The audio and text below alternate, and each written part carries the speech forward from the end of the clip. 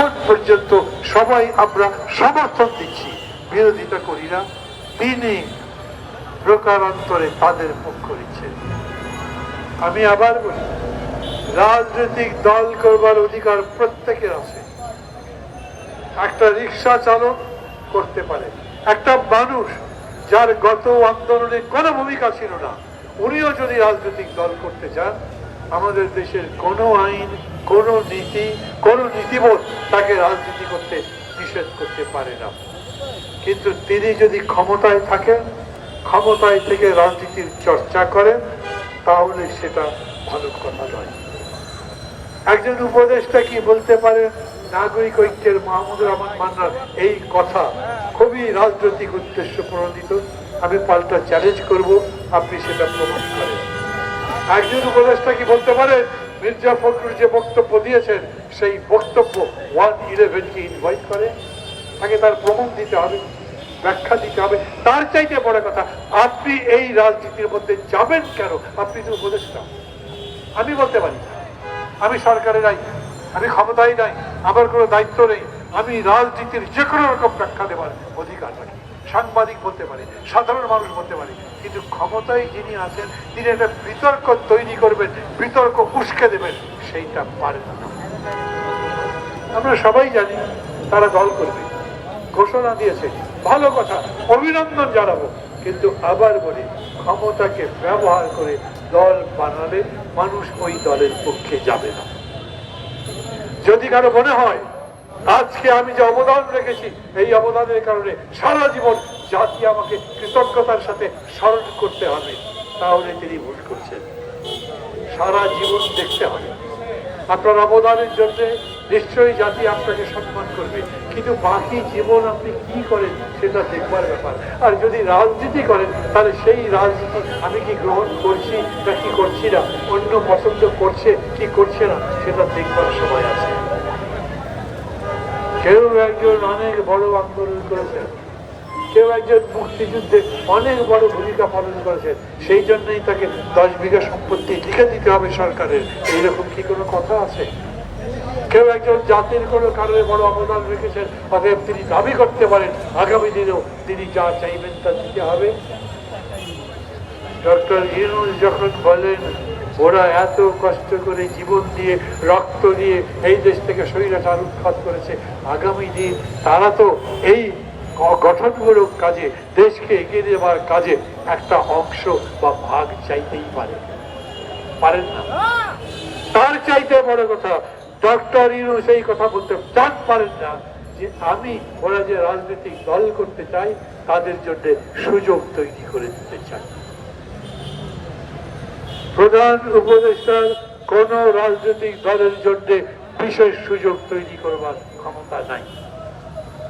নাগরিক ঐক্যের জন্য সুযোগ করে দিতে পারেন। প্রধান উপদেষ্টার কাছে আমি যদি যাই, কোনো একটা ঘর পরিত্যক্ত সম্পত্তি আছে আমার অফিসটায়, মেহেরবানি করে আমাকে এই ঘরটা আপনি লিজ দেন, উনি হয়তো করতে পারেন। এরকম করে লিজ আমি এক সময় নিয়েছিলাম, অনেকেই লিজ দিয়ে তাদের পার্টি অফিস করেছেন, কিন্তু বিশেষ সুবিধা বলতে এটা বোঝায় না। এই বিশেষ সুবিধার ব্যাখ্যা ওনার দেওয়া উচিত। বন্ধুগণ, আমি আবার বলি, আমি নতুন বিতর্ক উস্কে দেওয়ার চেষ্টা করছি না। যারা বিতর্ক তৈরি করবার চেষ্টা করছেন তাদেরকে সতর্ক করছি, আমাদেরকে এখন গণতন্ত্রের পথে পা বাড়াতে হবে। যখন আন্দোলন ছিল তখন মাহমুদুর রহমান মান্নার এই অভিমত ছিল যে একটি অন্তর্বর্তী সরকার হতে হবে, তাকে 3 বছর সময় দিতে হবে যাতে তিনি প্রয়োজনীয় সংস্কারগুলো করতে পারেন। আমি আজকে আপনাদের সামনে দাঁড়িয়ে বলছি, এখন আমি চাই যত তাড়াতাড়ি সম্ভব নির্বাচন দিয়ে দেওয়া। কারোর কথাবার্তা উল্টাপাল্টা হচ্ছে, কারণ যারা আন্দোলন করছেন তাদের সাথে অন্য আন্দোলনকারী শক্তির বিভেদ বাড়ছে। এই দিক দিয়ে জাতীয় ঐক্য বলছে, প্রতিনিয়ত ঐক্য দুর্বল হবার মতো ঘটনা ঘটছে। দেশে জিনিসপত্রের দাম বাড়ছে, কোনো বিনিয়োগ হচ্ছে না, মানুষের চাকরি হচ্ছে না। তার চাইতে বড় কথা, কত বড় লজ্জার ঘটনা, এই প্রেস ক্লাবের এই জায়গাতে পতিত স্বৈরাচার লিফলেট বিতরণ করতে পেরেছে।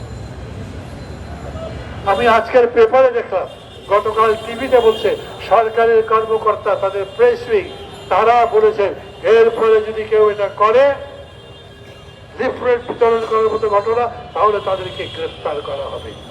মানে এই প্রজ্ঞাপন গতকাল জারি করলেন, তার আগে পর্যন্ত লিফলেট ডিস্ট্রিবিউশন করা, বিক্ষোভ করা তাদের জন্য জায়েজ ছিল। কি করেছেন গত 6 মাস? যখন লিফলেট ডিস্ট্রিবিউশন করা হল, ওরা কি করে চুরি করে করেছে? ওরা তো ঘোষণা দিয়েছে, সেই ঘোষণা সোশ্যাল মিডিয়াতে এসেছে, তখন ব্যবস্থা নিলেন না কেন? নাকি খুবই দ্বিধার মধ্যে আছে, কি করবো ওদের দিয়ে? ইনক্লুসিভ পলিটিক্স করবেন, অন্তর্ভুক্তি রাজনীতি করবেন, তাদেরকেও নিয়ে রাজনীতি করতে চান। তারপরে প্রপোর্শনাল ভোট করবেন, সংখ্যানুপাতিক ভোট। আপনি কি হিসাব করেছেন এই সংখ্যানুপাতিক ভোট যদি হয় তাহলে তারা ভোট কতগুলো পেতে পারে? একটা দল, অনেক বছরের দল, ডুবতে ডুবতেও তার অনেক শাখা প্রশাখা থাকে। আর একটা নতুন দল সবচেয়ে বড় সম্ভাবনা হলেও তার অত বড় শাখা প্রশাখা নাই। অতএব ভাবতে হবে, যদি এশিয়ার নয় শুধু ইউরোপের দেশগুলো পর্যন্ত মানবতা বিরোধী অপরাধের কারণে রাজনৈতিক দলগুলোকে নিষিদ্ধ করে থাকতে পারে, এখন পর্যন্ত সেই সমস্ত দল মাথা চাড়া দিয়ে উঠতে পারে, আমাদের দেশে কি বিবেচনায় তাদের জন্য আপনি অন্তর্ভুক্তিমূলক রাজনীতির কথা বলছেন? যদি এমন হতো, ওই দল বুঝতে পেরে থাকতো যে তারা অন্যায় করেছে, তারা অনুতপ্ত হতো, তারা ক্ষমা চাইতো, মানুষের কাছে বলতো আমরা একটা সুস্থির রাজনীতি, ভালো রাজনীতিতে ফিরে আসতে চাই, আমাদের সুযোগ দাও, সেটা একটা কথা ছিল। কিন্তু তারা একই কথা বলছে, এই যারা আন্দোলন করে তাদেরকে ক্ষমতায় থেকে সরিয়েছে তাদেরকে কচি কাঁচার দল বলছে।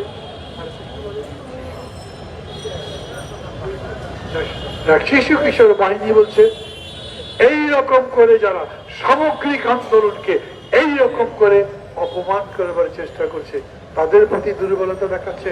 ওরা কি মানুষ? আমাদের তখনকার প্রধানমন্ত্রী বক্তৃতাটা মনে করেন, কি সুন্দর উন্নতি করছি, আমার একটা পিয়নের পর্যন্ত 400 কোটি টাকা। তার মাথাই নষ্ট ছিল, অর্থের লোভে লুটপাট করে জমা করা অর্থ দেখবার পরে তার মাথা কাজ করেনি। নাহলে কোন প্রধানমন্ত্রী বলতে পারে আমার পিয়নেরও 400 কোটি টাকা, ও হেলিকপ্টারে করে বাড়িতে যায়, এখন বাসে চড়ে না। ভাবতে পারেন এই রকম কথা যারা বলে তারা সেই মন নিয়ে সেই প্রতিহিংসার আগুন আবার বাংলাদেশে জ্বালিয়ে দিতে চায়। এখন বুঝে কাজ করে। আমি বলি আমাদের কাছে তাড়াতাড়ি নির্বাচনের কথা বলি কেন? বলি এই জন্যে যে দেরি হতে থাকলে জিনিসের দাম যদি আরো বাড়ে, কোন দিন মানুষ মিছিল করবে, সেই মিছিলে এই পতিত স্বৈরাচার তার সমস্ত শক্তি নিয়োগ করবে, ঠেকাতে পারবেন না। আপনাদের পুলিশ এখন পর্যন্ত ঠিক করতে পারেননি, প্রশাসন এখনো ঠিক করতে পারেননি। আপনারা পুলিশকে কেন, আপনারা কোন জায়গাতে উল্লেখযোগ্য কোনো অবদানও দেখাতে পারেননি। তারপরেও আপনাদের বিরুদ্ধে আমরা মাঠে নামিনি। আমরা শুধু বলছি আপনাদেরকে সতর্ক থাকতে, ঠিক মতো বুঝে শুনে কাজ করতে। এই নির্বাচন যত তাড়াতাড়ি হয় তত ভালো। এই কারণে মাঝে মাঝে আমার মনে হয়, ধরেন একটা হরতাল টরতাল দেখে দিলে আমাদের পুলিশরা হরতাল বাধা দেওয়ার জন্য নামবে। এখন পর্যন্ত গ্রামে গ্রামে থানায় থানায় পুলিশ সিভিল ড্রেসে থানায় যায়, থানার মধ্যে ঢুকে পুলিশের ড্রেস পরে। আবার যখন বাইরে বেরোয় তখন অনেক থানাতে দেখবেন পুলিশ তার ড্রেস বদলে আবার পাবলিকের ড্রেস পরে রাস্তা দিয়ে যায়। তারা কোনো দায়িত্ব নিতে চায় না। এই পুলিশকে প্রোঅ্যাক্টিভ বাড়াতে পারেননি, এই প্রশাসনকে এখন পর্যন্ত নিজেদের নিয়ন্ত্রণে অথবা জনগণের পক্ষে দাঁড়াবে এরকম করতে পারেননি। তাই ভয় পাওয়া স্বাভাবিক। তাড়াতাড়ি ভোট দিলে আপনারা মান সম্মানের সাথে চলে যেতে পারবেন। আর যদি এমন হয় সংকট বাড়তে থাকে, প্রশাসন সামলাতে না পারেন, আন্দোলন সামলাতে না পারেন, মানুষের বিক্ষোভের কোনো জবাব দিতে না পারেন, আজ পর্যন্ত সরকারের পক্ষ থেকে সরকারের একজন মুখপাত্র নয়, তাই যিনি পরিস্থিতির উপরে ব্যাখ্যা দেবেন। কথাবার্তা লম্বা হয়ে যাচ্ছে, কিন্তু আমি বলি আপনাদের কাছে আমাদের সবার দায়িত্ব আছে। আমি মনে করি যে আজ এই সরকার ব্যর্থ হলে সেই ব্যর্থতা আমারও হবে। আমি মনে করি আজকে যদি কোনোভাবে সরকার কোনো জায়গাতে বড় ধরনের ভুল করে সেটা আবার পকেটে যাবে না। যারা তার বিরোধিতা করে, যারা স্বৈরাচারের পক্ষে, তার পকেটে যাবে। অতএব আমি চাই সরকার যত ভালোভাবে তার দায়িত্ব পালন করতে পারে। সমালোচনা মানেই গালাগালি নয়, সমালোচনা মানে আপনাকে শোধরাবার পরামর্শ দেওয়া। এবং সেই লক্ষ্যেই বলতে চাই, আবারও বলি, তৌহিদের হত্যাকাণ্ডের উপরে আপনাকে কথা বলতে হবে। ওই পরিবারের মনোতুষ্টির জন্যে, তার সন্তুষ্টির জন্যে, জনগণের কাছে জবাব দেওয়ার জন্য আমরা যারা আন্দোলন করছি, কালকে যে আমাদের কাউকে ফিরে চলে যাবেন না, তারপর আমাদের শরীরে রক্তাক্ত আঘাতের চিহ্ন নিয়ে এই ঢাকায় কিংবা কোনো জায়গাতে রাস্তায় পড়ে থাকবো না। এই যতগুলো মানুষ আছে সেই গ্যারান্টি চাই, আপনাদের কাছে চাই। নিশ্চিত মৃত্যুর, স্বাভাবিক মৃত্যুর গ্যারান্টি চাই। এই কথা বহু বছর আগে নির্মল সেন লিখেছিলেন। আজ আমি একই কথা বলি, আপনার সরকারের আমলে এই দাবি আবার তুলতে হবে, এটা প্রত্যাশা ছিলাম। ভালো থাকবেন সবাই, তাদেরও ভালো চাই, সবার ভালো চাই, দেশের ভালো চাই সবার।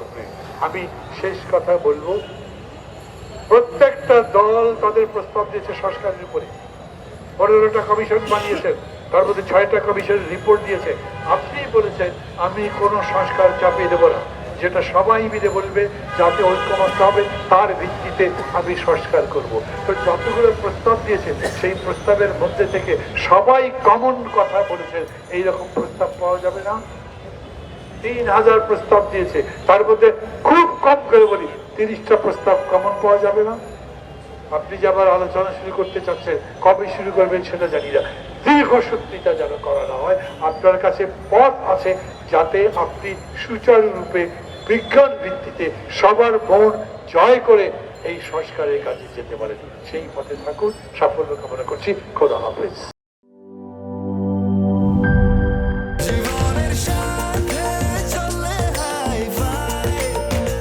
স্বাস্থ্যকর অল টাইম ফ্যামিলি কেক, সব সময় অল টাইম হেলদি লাইফ।